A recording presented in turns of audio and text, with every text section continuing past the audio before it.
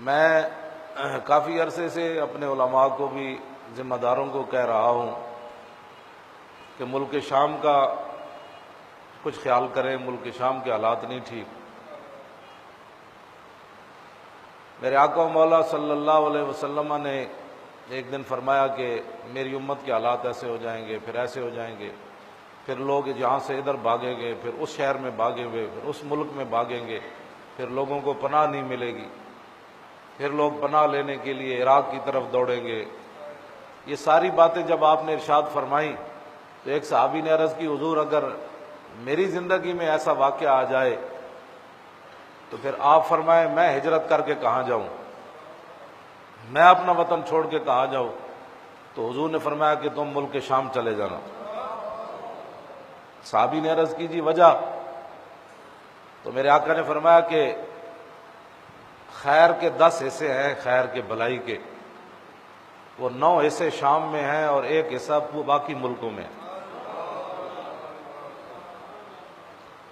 فرمایا شر کے بھی 10 حصے ہیں، ملک شام میں صرف 1 حصہ شر کا ہے، باقی 9 حصے باقی شہروں میں۔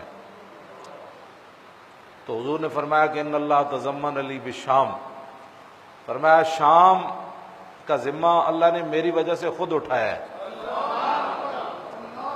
اور آپ تاریخ اسلام بھری پڑی ہے کہ پھر اکثر صحابہ ہجرت کر کے ملک شام آ گئے، جن میں حضرت بلال بھی ہیں، حضرت دہیہ کلبی بھی ہے، ہاں جی، بڑے بڑے اجلہ صحابہ پھر حضور کے اس فرمان کی وجہ سے ان کو پتہ تھا جب خیر ہے ہی شام میں تو پھر سارے جو ہے وہ ملک شام، پھر واپس جو ہے وہ کوئی نہیں گیا۔ حضرت بلال کی قبر بھی پھر وہیں بنی۔ تو میں خود ملک شام گیا ہوں، میں نے وہاں لوگوں کے چہروں پر اطمینان دیکھا، ان کے اعلیٰ قسم کے اخلاق دیکھے، ان کی مہمان نوازی دیکھی، اور وہ مہمان نوازی کر کے بھی ہمارا شکریہ ادا کرتے تھے کہ جی آپ کا بہت بہت شکریہ، آپ کا بہت بہت شکریہ۔ اور بہت بڑے عالم تھے مولانا عبدالہادی ہر صاحب، وہ شام کی جنگ کی وجہ سے ہجرت کر گئے وہاں سے، ان کے گھر ہم گئے تو انہوں نے دعوت کرنے کے بعد ہم نے کہا کہ آپ اجازت دیں۔ وہ ملک شام کے 4تھے ستون مشہور تھے کہ یہ 4 مشائخ اور علماء جو ہیں یہ ملک شام کے 4 ستون ہیں، اگر ان میں سے کوئی ایک ستون گر گیا تو شام کے حالات ٹھیک نہیں رہیں گے۔ تو ان میں سے 2 ستون گر گئے، سید احمد حبال بھی فوت ہو گئے، شیخ شکری بھی شہید ہو گئے، تو 2 ستون گر گئے، تیسرے جو ہے وہ ہجرت کر گئے۔ تو ملک شام کے حالات تو ایسے ہونے تھے، وہاں وہ دنیا داروں کو ستون نہیں سمجھتے تھے، ملک شام والے لوگ اپنے علماء اور مشائخ کو ستون سمجھتے تھے۔ تو وہ مولانا عبدالہادی ہرسا کے گھر ہم نے جب دعوت کھائی تو ہم نے کہا جی اجازت دیں، تو انہوں نے کہا ٹھیک ہے۔ ہم جب دروازے پر آئے تو وہ ہماری جوتیاں جو ہے وہ سیدھی کر رہے تھے۔ یہاں تو جس کو کلمہ پڑھنا بھی نہیں آتا وہ بھی مولویوں سے ٹکر لیتا ہے، جس کو کلمہ پڑھنی نہیں آتی وہ بھی کہتا ہے ہم نے پہلے جنت میں جانا ہے۔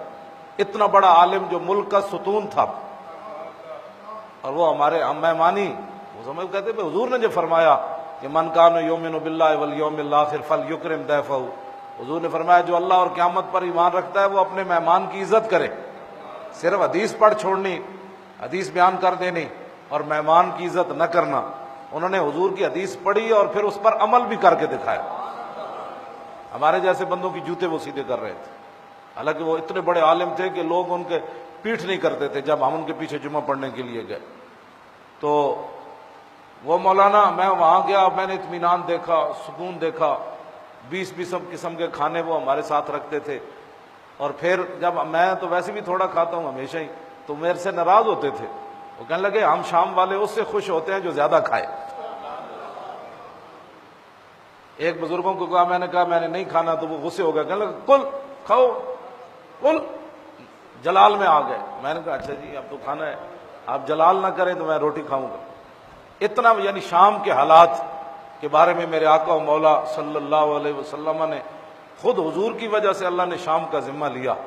یہ سارے فضائل بیان کرنے کا مقصد یہ ہے، آگے حضور نے جو بات ارشاد فرمائی، میرے آقا نے فرمایا اذا فسد الشام فلا خیر فیکم، حضور فرمایا جب شام میں فساد برپا ہو جائے گا نا جب شام میں افراتفری ہو جائے گی تو لا خیر فیکم، فرمایا میرے امتیوں پھر تمہارے اندر خیر نہیں رہے گی۔